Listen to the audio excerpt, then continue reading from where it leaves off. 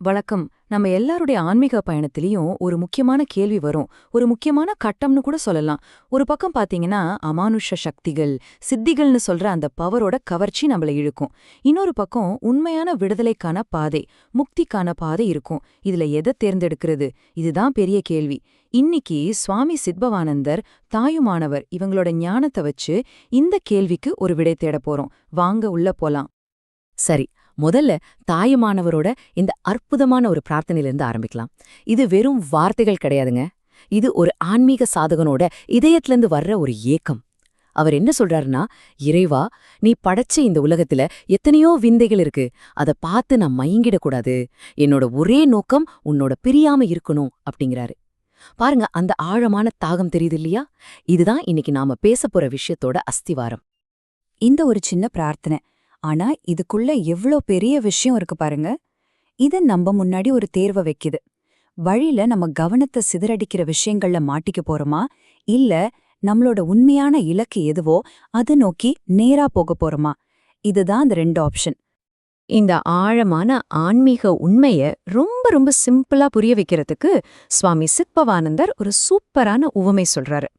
ஒரு அரசன், ஒரு அரண்மனை, அப்புறம் ஒரு பயணி. வாங்க அந்த கதை என்னன்னு பார்க்கலாம். சும்மா ஒரு நிமிஷம் கற்பனை பண்ணி பாருங்களேன். ஒருத்தர் ரொம்ப தூரம் பயணம் பண்றாரு. எதுக்கு? ஒரு பெரிய சாம்ராஜ்யத்தோட பேரரசனை சந்திக்கணும். அவரோட நோக்கம் ரொம்ப தெளிவா இருக்கு. அந்த அரசனோட நட்பை பெறணும், அவரோட நெருக்கமாகணும். எவ்வளோ உன்னதமான ஒரு நோக்கம் இல்லையா? ஆனா இங்கதான் ஒரு சிக்கல் வருது. அவர் அந்த அரண்மனைக்குள்ள நுழையறாரு. அங்க இருக்கிற அந்த பிரம்மாண்டம், அந்த கலைப்பொருட்கள், தோட்டங்கள், அதையெல்லாம் பார்த்து அப்படியே வாயடைச்சு போயிடுறாரு. எதுக்கு வந்தோங்கிறதையே மறந்துட்டு அரண்மனைய சுத்தி பார்க்க ஆரம்பிச்சா என்னாகும்? யோசிச்சு பாருங்க. அவரை ஒரு புத்திசாலின்னு நம்மால சொல்ல முடியுமா? நிச்சயமா முடியாது. அப்போ இந்த கதையில ரெண்டு முக்கியமான விஷயங்கள் இருக்கு பாருங்க. ஒன்னு, உண்மையான இலக்கு, அதுதான் அந்த பேரரசன். இன்னொன்னு, நம்ம கவனத்தை திசை திருப்புற ஒரு விஷயம், அதுதான் அந்த அரண்மனை.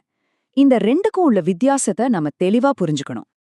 சரி, இப்ப இந்த கதையை அப்படியே நம்ம ஆன்மீக பயணத்துக்கு பொருத்தி பார்ப்போம்.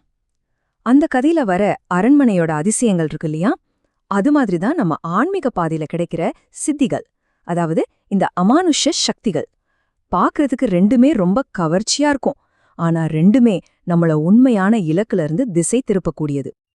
அப்போ இந்த அஷ்ட சித்திகள்னா அப்படி என்னன்னு கேக்குறீங்களா?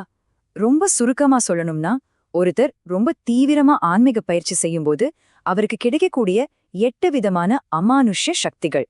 இதெல்லாம் நிஜமாவே அடையக்கூடிய விஷயங்கள் தான். உதாரணமா சொல்லணும்னா, தண்ணி மேல நடக்கிறது, இல்லனா நிலத்துக்கடியில புதைச்சா கூட சாகாம இருக்கிறது, இந்த மாதிரி பல விஷயங்கள். சும்மா நினைச்சு பார்க்கவே எவ்வளவு பிரமிப்பா இருக்கு இல்லையா? இந்த மாதிரி ஒரு பவர் கிடைச்சா யார்தான் வேண்டான்னு சொல்லுவாங்க? ஆனா இங்கதான் முக்கியமான ஒரு எச்சரிக்கை வருது. உண்மையான ஒரு ஆன்மீக சாதகன் இந்த சக்திகளுக்கு பின்னாடி போகவே கூடாது. ஏன் தெரியுமா? அப்படி போனா அது உண்மையான பாதையை விட்டு விலகி போறதுக்கு சமம். அவ்வளோதான். அப்போ நம்ம ஆன்மீக பயணத்துல ஒரு முக்கியமான இடத்துக்கு வந்து நிக்கிறோம். ஒரு ஜங்ஷன் மாதிரி. இங்கிருந்து ரெண்டு பாதை தான் பெரியது. ஒண்ணுக்கொன்னு சுத்தமா சம்பந்தமில்லாத முற்றிலும் வேறான 2 பாதைகள். இதுல ஏதாவது ஒண்ணு நாம தேர்ந்தெடுத்தே ஆகணும். பாதைக்கு பேரு சித்தி நெறி, அதாவது சித்திகளை தேடி போற பாதை. ஆனா அதுல ஒரு ஆபத்து இருக்கு. இது நம்மள உலக மாயையில இன்னும் ஆழமா கொண்டு போய் சிக்க வச்சிடும். 2வது பாதை முத்தி நெறி. இதுதான் பிறப்பு இறப்புன்னு தொடர்ந்து வர இந்த சுழற்சியிலிருந்து நமக்கு முழுமையான விடுதலைய, அதாவது முக்திய கொடுக்கும் பாதை. இப்போ நம்ம பேசின இந்த எல்லா விஷயத்துக்கும் ஒரு மகுடம் வச்ச மாதிரி தாயுமானவர் ரொம்ப அழகா, ரொம்ப தெளிவா சொல்றாரு. சித்தி நெறி கேட்டல் ஜகமயக்கம், சன்மமர முத்தி நெறி கேட்டல் முறைக்கான் பராபரமே. அதாவது சித்தி வழியில போறது உலக மயக்கம், பிறவிப்பிணிய அழுக்கிற முத்தி வழிதான் சரியான வழி இறைவான்னு சொல்றாரு. இதை விட தெளிவா சொல்லவே முடியாது.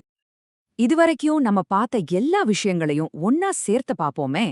நம்ம பயணத்தோட உண்மையான நோக்கம் என்னவா இருக்கணும்னு ஒரு தடவை ஆழமா யோசிச்சு பாப்போம் வாங்க. பேரரசனை பார்க்க போனவ அரண்மனையோட அழகுல மயங்கிறது எவ்ளோ பெரிய அறிவில்லாத செயலோ, அதே மாதிரிதான் இறைவனோட ஒன்னா கலக்கிற அந்த பெரிய இலக்க விட்டுட்டு இந்த சின்ன சின்ன சித்திகளுக்காக அலையறதும் அது ஆன்மீகத்துல ஒரு பக்குவம் இல்லாத நிலைன்னு சொல்லலாம். சரி, இந்த உரையாடலோட இறுதியில நான் உங்ககிட்ட ஒரு கேள்விய விட்டுட்டு போறேன். உங்களுடைய தனிப்பட்ட வாழ்க்கை பயணத்துல உங்கள மயக்கக்கூடிய அரண்மனைகள் எதெல்லாம்? நீங்க உண்மையிலே அடைய வேண்டிய அந்த பேரரசன் யார்? இத பத்தி கொஞ்சம் யோசிச்சு பாருங்க. அடுத்த முறை சந்திப்போம். நன்றி.